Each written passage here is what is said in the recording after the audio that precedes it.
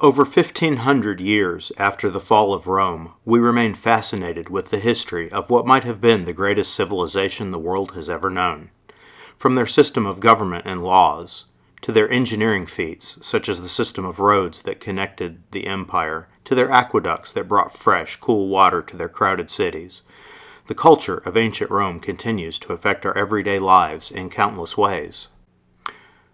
While the Romans were a civilizing force in the world, they were also extremely cruel when viewed through the prism of our modern values. But we are also morbidly fascinated by this cruelty. The Romans would bring their whole families to violent gladiatorial games, where criminals were imaginatively executed between bouts. Their rates of crime were astronomical in comparison with our own, and the most common method for removing an unwanted ruler was to assassinate him. The Roman emperors especially capture our imagination, in particular for their excesses. There is the depraved Caligula, who carried on an incestuous relationship with his 3 sisters, and proposed making his favorite horse a senator. The violently unstable Caracalla, who murdered his own brother in front of their mother, and Valerian, who is remembered for his intense persecution of Christians, and for being captured alive and used as a footstool by the Persian king. However, there is probably no emperor whose reputation is more infamous in public imagination than Nero. Though not of his own making, Nero's rise to the imperial throne is a violent and twisted tale in itself. His mother, Agrippina the Younger, married Claudius Caesar, and convinced him to adopt her son Nero. Then she convinced Claudius to name Nero as his heir over his son Britannicus, which would eventually make her the de facto ruler of Rome through her young son. Then Agrippina grew tired of waiting for Claudius to die and devised a plan to help him along. According to the ancient Roman historian Suetonius, she prepared his favorite meal, a plate of mushrooms, which she laced with poison. As a result, Claudius died and Nero was proclaimed emperor in AD 54 at the age of 13. Agrippina positioned herself as the real power in Rome and was not especially subtle about it, going so far as to place her own portrait on the obverse of coins. Agrippina's overreaching made her unpopular with the people, and increasingly also with her son. Suetonius records that in AD 55, Nero sought out a poisoner named Locusta to concoct a tasteless and fast-acting poison. When her potion was tried on a sheep, and it took the animal several hours to die, Nero had her beaten and told her that if she wanted to live, she would do better next time, which apparently she did. Nero called for a dinner party. Among the guests was Nero's mother Agrippina, his wife Octavia, and Britannicus. Britannicus was given a beverage that was intentionally served to him too hot to drink. He called for water to cool it, and the poison was slipped in by way of the cold water. Britannicus immediately began to convulse and foam at the mouth. Nero said, "He's having a seizure. He'll be fine soon." But Britannicus quickly died. Suetonius tells us that Locusta was rewarded by Nero for her role in this plot with the gift of a large estate, which she used to teach students the art of poisoning. As time passed, Nero grew more independent. He and his friends would disguise themselves and go out at night where they would beat and rob passers-by. One of these friends was an effeminate, pleasure-loving, upper-class youth named Otho. Otho married a beautiful woman, also of noble birth, named Poppaea Sabina. Poppaea was born in the city of Pompeii, and prior to her marriage to Otho, she had been married to an equestrian named Crispinus, with whom she had a son. The Roman historian Tacitus says that Poppaea married Otho only to gain proximity to Nero, and that Otho may have been complicit in this plot, as Nero was still married to Claudius's daughter Octavia and wanted to avoid controversy. Whatever motives may have been at work, Poppaea caught Nero's eye and soon became his mistress. Nero's resentment at his mother's influence in ruling the empire and her attempts to restrain his behavior grew as the years passed and he moved into his later teen years. By AD 59, he had had enough and decided that she had to go.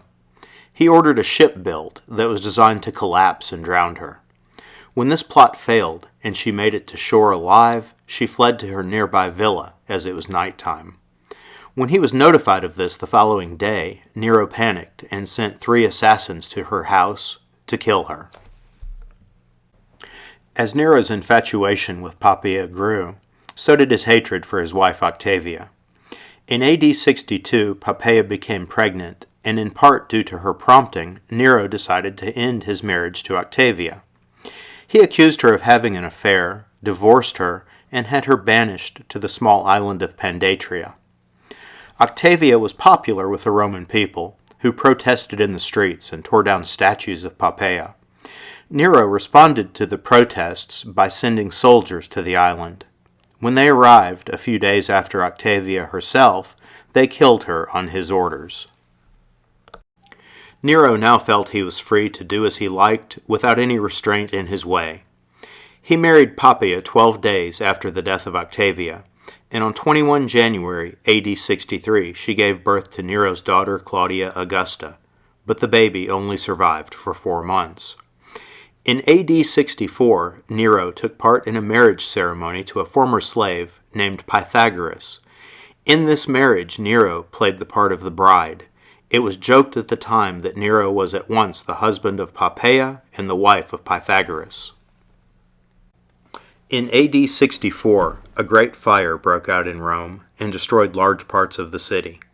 Nero was blamed for the fire, and a rumor spread that Nero had started the fire to make room for his own giant villa, which was built on a site leveled by the flames. Nero was probably not guilty of starting the fire, or of playing the liar while Rome burned, as legend suggests. But the public blamed him for the fire, and he needed to find a scapegoat to deflect that blame. Nero picked a group of people already unpopular with the Roman populace to pin the crime on: the Christians. The Romans believed that the Christians practiced cannibalism and brought misfortune by refusing to sacrifice to the Roman gods.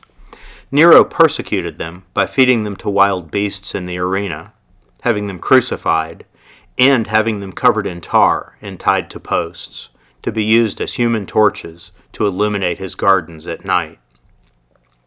He went so far in his persecution that some people even began to sympathize with the Christians.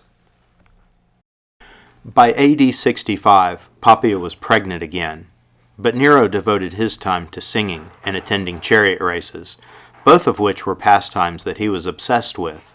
Suetonius writes that when she confronted her husband about the time spent away from her, a fierce argument erupted, in which Nero kicked his pregnant wife in the stomach so hard that it killed both her and the unborn child. Rather than the normal Roman practice of cremation, Nero had Poppaea embalmed with costly spices, and her body was placed in the mausoleum of Augustus, the traditional burial place of the imperial family. Nero faced no direct repercussions for this murder, as he had already killed anyone who might have acted as a check on his bad behavior. He may have felt some remorse for his actions. The sources say he fell into a state of deep depression following Poppaea's funeral. After her death, Nero executed her first husband and her son. However, in AD 67, Nero was made aware of a young slave boy named Sporus, who bore a strong resemblance to Poppaea. Nero had the boy castrated and referred to him as his wife. He would appear in public with the boy dressed as empress, and would call the boy either Poppaea or Empress. After the death of Nero in AD 68, Sporus ironically became the property of Poppaea's former husband Otho, who was one of Nero's successors in the year 69, which became known as the Year of the Four Emperors. After Otho's suicide, Sporus passed to the short-lived Emperor Vitellius, who planned to use Sporus in a humiliating and degrading public spectacle. To avoid this fate, Sporus, still just a young boy, killed himself. By the spring of AD 68, the Romans had reached their breaking point. A rebellion against Nero resulted in his being declared a public enemy by the Senate and sentenced to being tied to a post and beaten to death with sticks. Nero formed several far-fetched plans to regain favor, like singing for the people, or giving a remorseful speech in which he planned to burst into tears, sure that the people would forgive him. Finally, when all hope seemed lost, Nero fled to a private villa, where after much hesitation he took his own life. His last words were said to be, "Oh, what a great artist the world is losing with me." In the end, he got away with the murder of his stepbrother, his mother, his teacher, the Stoic philosopher Seneca, his wife Octavia, his abuse of the boy Sporus, the execution of many senators and public officials, and the brutal murder of his wife Poppaea. Perhaps some sense of justice was served when his unpopularity forced him to commit suicide at the age of 30. Perhaps he got off too easily by not having to face official legal retribution for his crimes. However, posterity has judged him.